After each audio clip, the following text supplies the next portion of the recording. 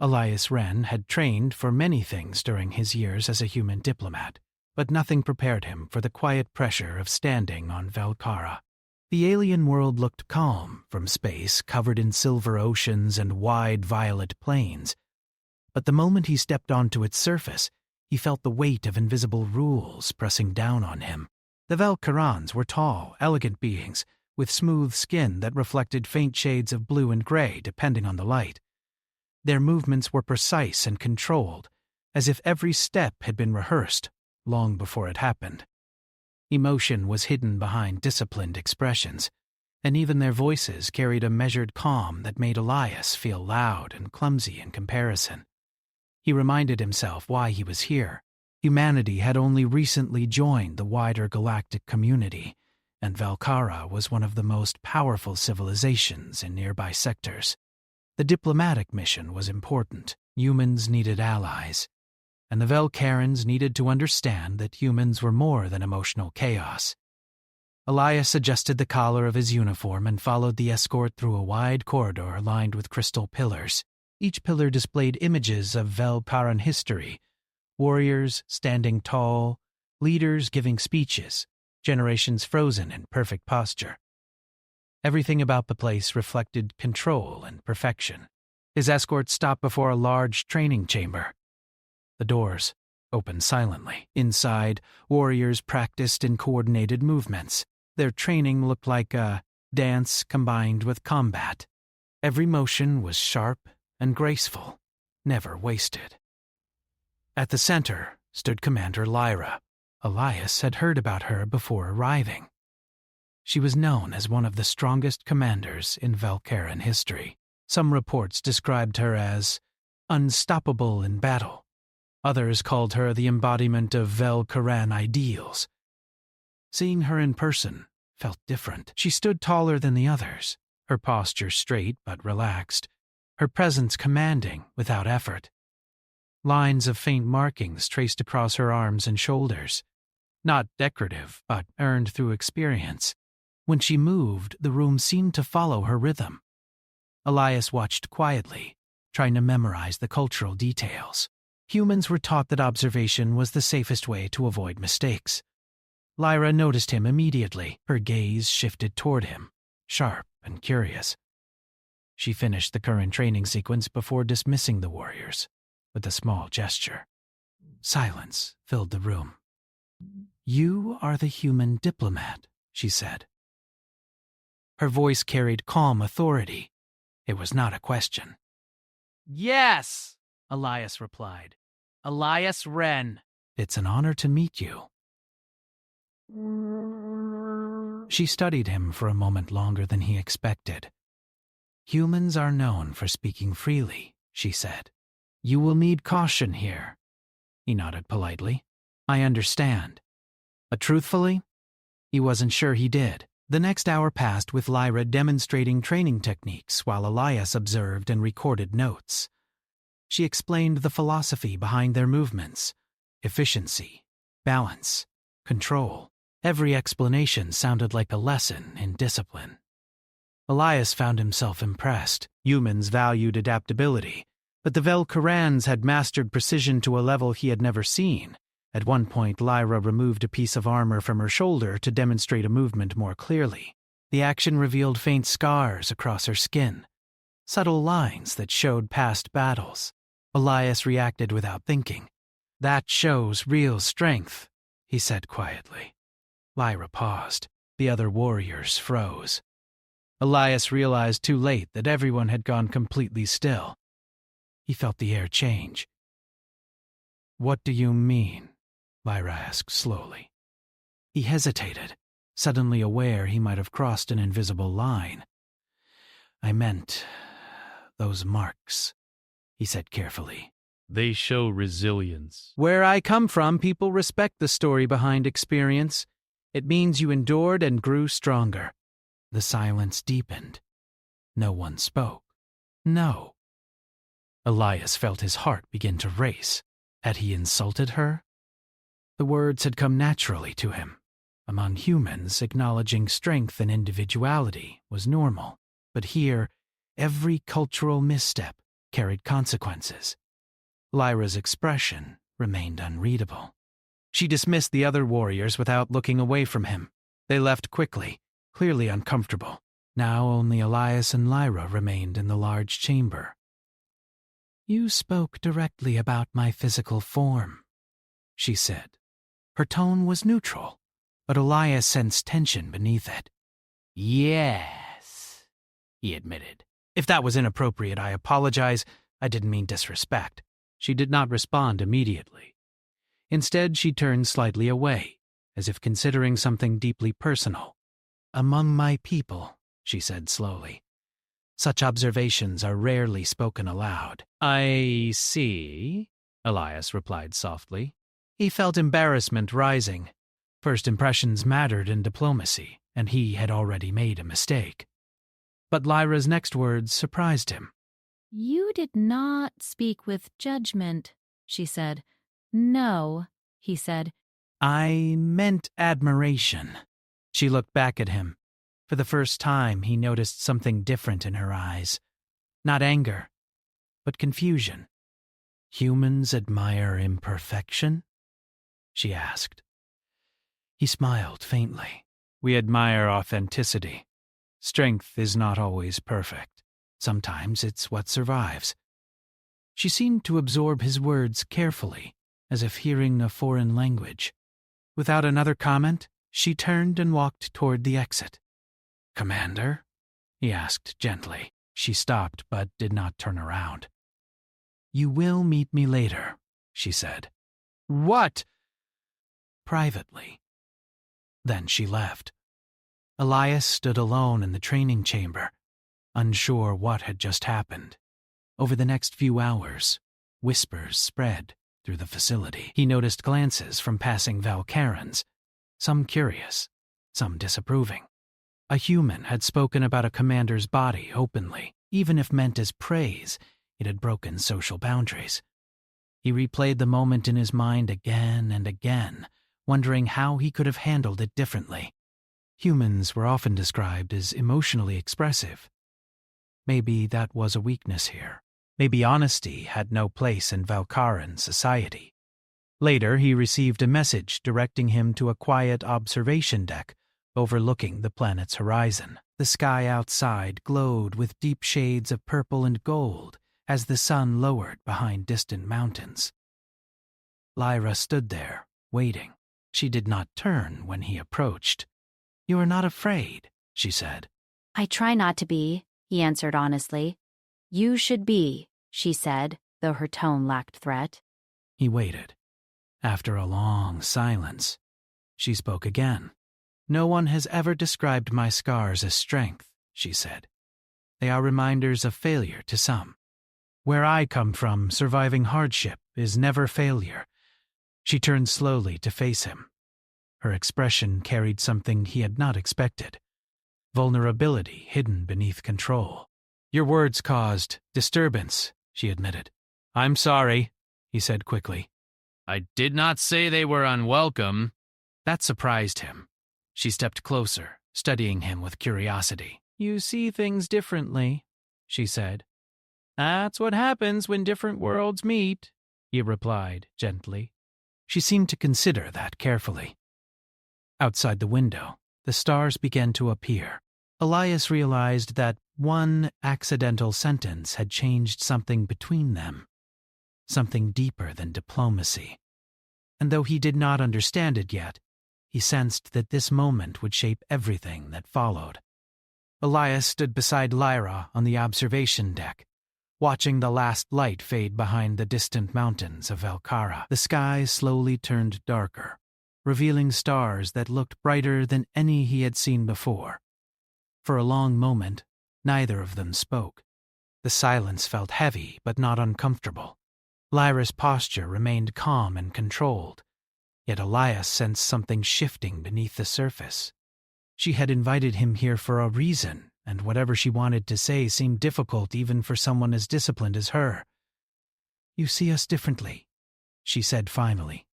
Elias considered his words carefully before answering. Every species sees things through its own experience. Humans, we focus a lot on individuality. We notice what makes someone unique. Lyra nodded slightly, but did not look at him.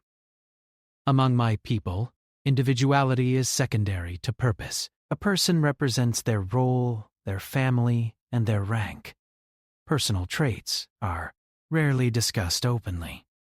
That sounds heavy, Elias said softly. It is stability, she corrected. It prevents conflict. He did not argue, but he wondered whether suppressing personal identity truly prevented conflict, or simply hid it. Lyra turned toward him. Your words today broke expectation. Others believed you intended disrespect. I understand why, he said, but I didn't mean it that way. I know, she said quietly. That surprised him. You do? She hesitated before answering. Your tone carried no mockery or judgment. You spoke as if you admired strength itself. Elias felt relief. That's exactly what I meant. She looked away again, her gaze returning to the stars. It has affected me more than I expected. He waited patiently. Velicarans are trained from childhood to control emotion, she continued. We present perfection. Weakness is hidden. Even praise follows strict patterns. No one speaks of scars as something admirable. They are reminders that control was lost. Elias shook his head gently. Humans see scars as stories. They show survival. She absorbed his words again, her expression thoughtful. I have fought many battles, she said after a moment. Each mark represents a decision. Some were victories, some were mistakes. I was taught to see them as flaws. Maybe they're proof of courage, Elias replied. She gave a small, almost invisible smile. It was the first time he had seen any sign of warmth from her. The conversation shifted slowly after that. They spoke about differences between their cultures, how humans valued emotional expression and personal connection, while Velkarans valued structure and discipline. Neither side tried to prove the other wrong. Instead, they explored the ideas together. Over the following days, Lyra invited Elias to observe more of her routines. He watched training sessions, strategic planning meetings, and ceremonial gatherings. Each experience revealed new layers of Velkaran society. Elias noticed that many warriors avoided personal conversation. Their interactions focused on tasks and outcomes. Even laughter was rare. The absence of casual connection made the environment feel distant to him. Yet Lyra began asking him unexpected questions. What motivates humans to continue when success seems unlikely? How do humans maintain unity despite emotional differences? What does friendship mean within human culture? Elias answered honestly, sharing stories from Earth and the power of believing in something greater than oneself. Slowly, their conversations grew longer and more personal. One evening, while reviewing battle recordings, Lyra paused the display unexpectedly. You believe emotion strengthens decision-making? She asked. In many cases, yes, he said. Emotion gives context. It reminds us why something matters. She looked uncertain. Our teachings claim emotion clouds judgment, but ignoring it completely can make decisions feel empty. She studied his face, as if searching for hidden meaning. You speak with conviction. You speak with a small laugh. Outside their growing understanding, however, tension began to rise. Elias noticed subtle changes in how others treated him. Conversation stopped when he entered rooms. Some warriors watched him with suspicion. Rumors spread that the human diplomat was influencing the commander too deeply. One afternoon, a senior officer approached Elias directly. You should maintain distance from Commander Lyra, the officer said in a formal tone. Her role requires neutrality. I am only fulfilling my diplomatic duties, Elias replied calmly. The officer gave him a sharp look before leaving. Elias began to worry that his presence might cause problems for Lyra. He considered stepping back, but each time he tried to create distance, she sought him out again, asking new questions, challenging his perspectives. It felt as if she was exploring a new world through him. During one private conversation, she admitted something unexpected. "I have begun to question certain traditions," she said quietly. Elias remained careful. "Change is never easy. Change is dangerous," she corrected. "Stability defines our survival." He nodded. "Then maybe questioning is just the first step toward understanding, not rebellion." Her gaze softened slightly. Days later, an official announcement spread across the facility. The High Council would conduct a ceremonial evaluation of Commander Lyra. Such evaluations were rare and usually signaled concern about leadership alignment. Elias sensed immediately that this was connected to him. Lyra received the news without visible reaction, but when they met later, her silence spoke louder than words. "They believe you are influencing me," she said. I never intended. I know, she interrupted gently. But perception shapes reality here. What does the evaluation involve?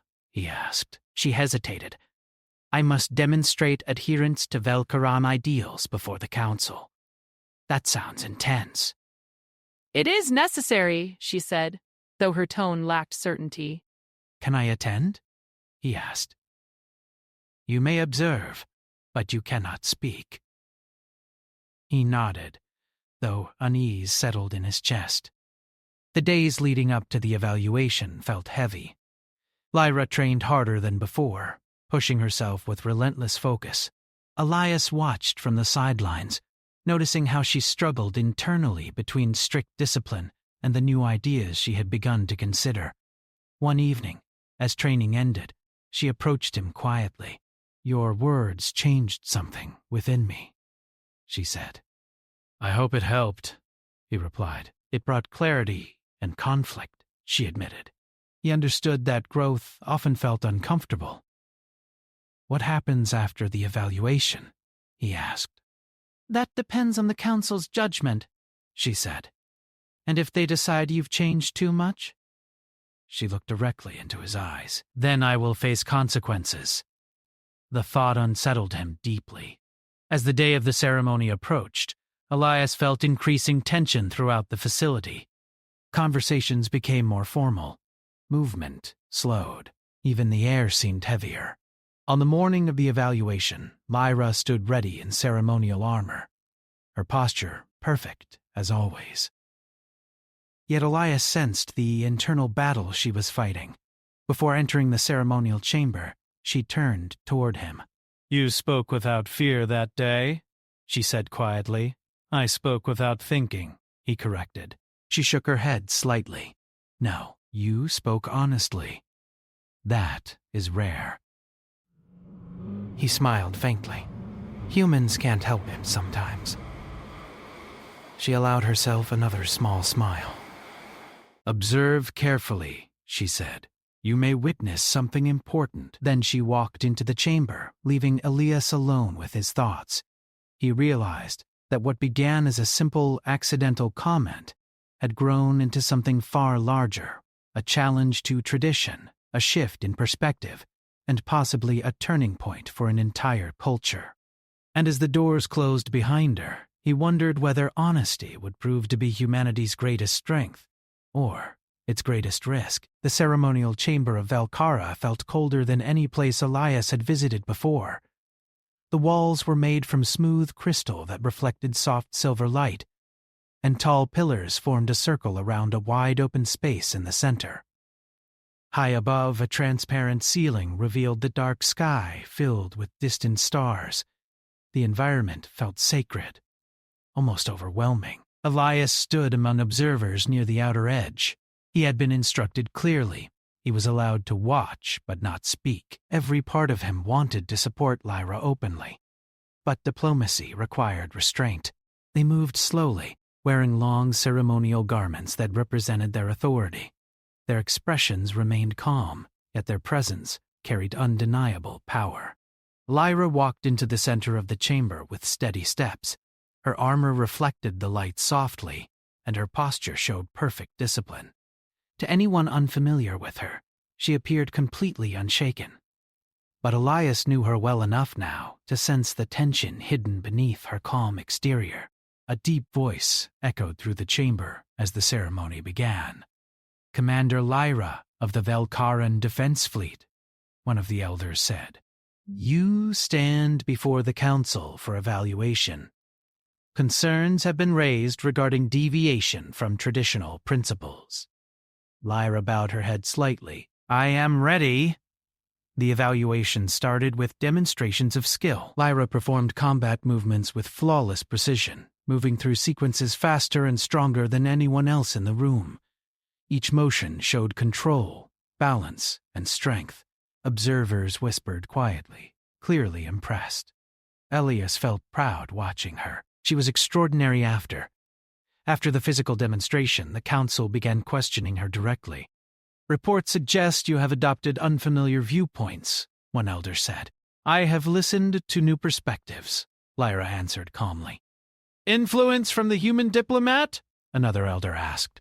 A ripple of tension moved through the room. Lyra paused before answering. "I have engaged in cultural exchange as required by diplomatic cooperation." The council members exchanged glances. Elias felt his stomach tighten. He realized the evaluation was not only about her skills, but about her thoughts, about whether she still represented traditional Velkaran values. The questioning continued. "Do you believe emotional expression strengthens leadership?" one elder asked. Lyra hesitated. The pause felt longer than expected. "I believe understanding emotion may improve connection," she said carefully. Soft murmurs spread across the chamber. Elias sensed disapproval building. Another elder spoke, voice sharper. "Velkaran's strength comes from control, not emotional influence." Lyra remained calm. Control remains essential. But understanding does not equal weakness. The words felt bold, yet respectful. Elias felt admiration for her courage. The council then presented a series of recorded interactions, moments showing Lyra speaking privately with Elias, moments where she asked questions about human culture. Watching those recordings displayed publicly felt uncomfortable for him, as if private conversations had been exposed without context. Some council members watched with curiosity, others with clear concern. "Your behavior suggests internal change," an elder said.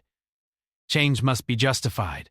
Lyra stood silently for a moment. "I have not abandoned Velkaran principles," she said finally. "I have expanded my understanding." One elder stepped forward. Expansion may lead to instability. A commander must embody certainty. Elias saw a flicker of frustration pass across Lyra's face, though she quickly controlled it. The evaluation shifted into a more intense phase. She was asked to defend strategic decisions, personal actions, and philosophical beliefs. Each question felt like a test of loyalty. Hours seemed to pass. Elias noticed the tone becoming more confrontational. At one point, an elder asked, "Do you believe imperfection can be admirable?" The question struck him immediately. It connected directly to his accidental comment days earlier. Lyra remained silent for several seconds. "Yes," she said finally. The word echoed loudly. A wave of reactions spread across the chamber. Elias felt both pride and fear. "Explain," an elder demanded. Lyra took a slow breath. Imperfection shows growth. It reflects experience gained through challenge. The elder's gaze sharpened. Such thinking aligns with human ideology. "It aligns with reality," she replied calmly. Tension filled the air. Elias felt his hands tighten at his sides. He wanted to support her, but the rules held him back.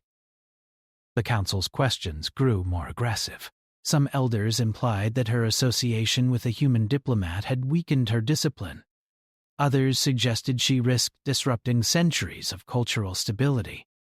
Finally, one elder spoke words that changed everything. "If your perspective continues to deviate, your command may be reassigned. The statement felt like a threat. Elias saw something shift inside Lyra. Not anger, but determination. She straightened slightly. My loyalty to Valkara remains absolute, she said. But loyalty does not mean refusing to learn. Silence followed. The council withdrew briefly to deliberate. During the pause, observers whispered among themselves. Elias felt tension building inside him. Watching Lyra face this alone felt wrong. When the council returned, their expressions remained unreadable. One elder addressed her again. Final evaluation requires public reflection. You must explain why your leadership should continue. Lyra began speaking, describing her dedication, her victories, and her commitment to protecting her people. Her voice remained steady, but Elias sensed she was holding something back, something deeper. As she finished, the elder turned toward the audience. Does any observer present relevant testimony? The question caught Elias off guard. Technically, he was not supposed to speak.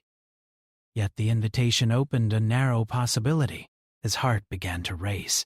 He remembered her words. That honesty was rare. He remembered the moment she said his comment changed something within her. Before he fully realized what he was doing, he stepped forward. Gasps filled the chamber. Human diplomat, an elder said sharply. You were instructed to observe only. Elias swallowed hard. Fear rose inside him, but another feeling rose stronger, conviction. With respect, he said, voice steady despite his nerves. I believe my perspective may help clarify. The room fell completely silent. Lyra looked at him with surprise, but also something else. Trust. He continued, humans are different, he said. We are emotional, imperfect, sometimes unpredictable. But our strength comes from honesty and growth. Commander Lyra has not lost discipline. She has gained understanding. Some elders looked displeased, but others listened carefully. She listens, Elias continued. She learns that is not weakness. That is leadership. He paused, gathering courage. You value perfection, he said gently. Humans value resilience. Perhaps true strength is not choosing one over the other, but combining both. The words echoed through the chamber. Elias felt the weight of every gaze upon him. He did not know whether he had helped or made things worse, but he knew one thing. He had spoken honestly. And in that moment, humanity's greatest strength revealed itself not through power or technology, but through courage to speak truth without fear. Lyra stepped forward beside him. Her voice carried new strength. I stand as both Valkaran and learner, she said. If change creates fear, then let fear guide growth instead of stopping it. The chamber remained silent, filled with tension and possibility. Elias realized that whatever happened next would shape more than one career. It might change an entire civilization. The chamber remained silent after Lyra's words. The tension felt almost physical, as if the air itself had stopped moving. Elias stood beside her, aware that he had crossed diplomatic boundaries, yet he did not regret it. He had spoken honestly, and now everything depended on how the council responded. The elders watched them carefully. Some appeared thoughtful, others uncertain. The oldest among them stepped forward slowly, leaning slightly on a long staff made of polished metal. You have both challenged expectation, the elder said. His voice carried calm authority that filled the entire chamber. Human diplomat, your actions break protocol. Commander Lyra, your words challenge tradition. Elias felt a knot tighten in his stomach. The elder continued. Tradition exists to maintain stability, yet history shows that civilizations evolve when challenged. A quiet murmur spread among the observers. Another council member spoke. Change carries risk. Valkara has survived because we do not embrace uncertainty lightly. Lyra stood tall. I do not reject our traditions, she said, clearly. I seek to strengthen them through understanding. The elder nodded slowly. Your sincerity is not in question. The concern lies in whether your perspective weakens discipline. Elias wanted to speak again, but forced himself to remain silent this time. He had already taken a major risk. The council withdrew once more to deliberate. The chamber lights dimmed slightly as the elders moved behind a translucent barrier. Their silhouettes shifted as they spoke among themselves. Time seemed to stretch endlessly. Elias glanced at Lyra. Her expression remained calm, but he noticed the tension in her hands. For someone who rarely showed emotion, this moment carried enormous weight. You did not need to speak, she said quietly, without looking at him. I know, he replied softly. Why did you? He hesitated before answering. Because you stood alone, and because honesty matters. She turned toward him slowly. There was no anger in her eyes, only a deep curiosity. Humans truly believe honesty can change outcomes? Not always, he admitted. But sometimes it opens doors no one expected. She seemed to consider that carefully. After several long minutes, the council returned to the center of the chamber. Everyone grew silent. The elder who had spoken before stepped forward again. Commander Lyra, he said. The council recognizes your exceptional service and continued dedication to Velkara. Your performance today confirms your capability. Elias felt a small wave of relief, but he sensed there was more coming. However, the elder continued. Your recent actions have introduced unfamiliar philosophical influence. This creates both concern and opportunity. Lyra remained still. We have chosen not to view this as deviation, the elder said. Instead, we recognize potential evolution. A ripple of surprise moved through the chamber. You will retain command, the elder announced. Elias exhaled slowly, tension leaving his shoulders. But, another elder added, you will also serve as a bridge between Velkaran tradition and emerging interspecies cooperation. Lyra bowed slightly. I accept. Human diplomat Elias Wren, he said. Your actions were bold. Some may call them reckless. I accept responsibility. The elder's expression softened slightly. Yet, your perspective has revealed a quality our people rarely consider. Emotional courage. The phrase surprised Elias. You spoke not to challenge authority, but to defend understanding, the elder continued. This reflects a strength we must study. Elias felt a mix of relief and disbelief. The council offers you an official advisory role, the elder said. You will assist in cultural exchange between humanity and Velkara. Gasps filled the chamber again. Elias bowed respectfully. I am honored. As the ceremony ended, observers began leaving slowly. Some approached Lyra with respectful gestures. Others looked at Elias with newfound curiosity rather than suspicion. Outside the chamber, the air felt lighter. Lyra walked beside him through a quiet corridor. You changed the outcome, she said. No, he replied gently. You did. You were brave enough to speak your truth. She stopped walking and turned toward him. In Velkaran history, leaders rarely question tradition publicly, she said. Today felt different. Different can be good, he said. She gave a faint smile. Over the following weeks, change began slowly but noticeably.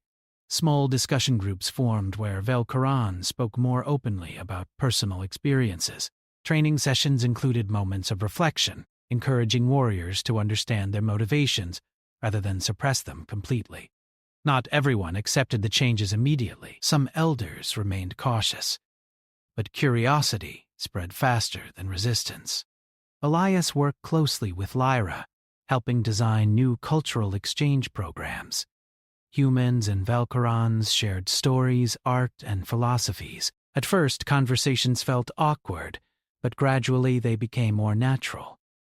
One evening, Elias stood again on the observation deck where their journey had truly begun. Lyra joined him quietly. "The council reports increased cooperation," she said. "Morale among younger warriors has improved."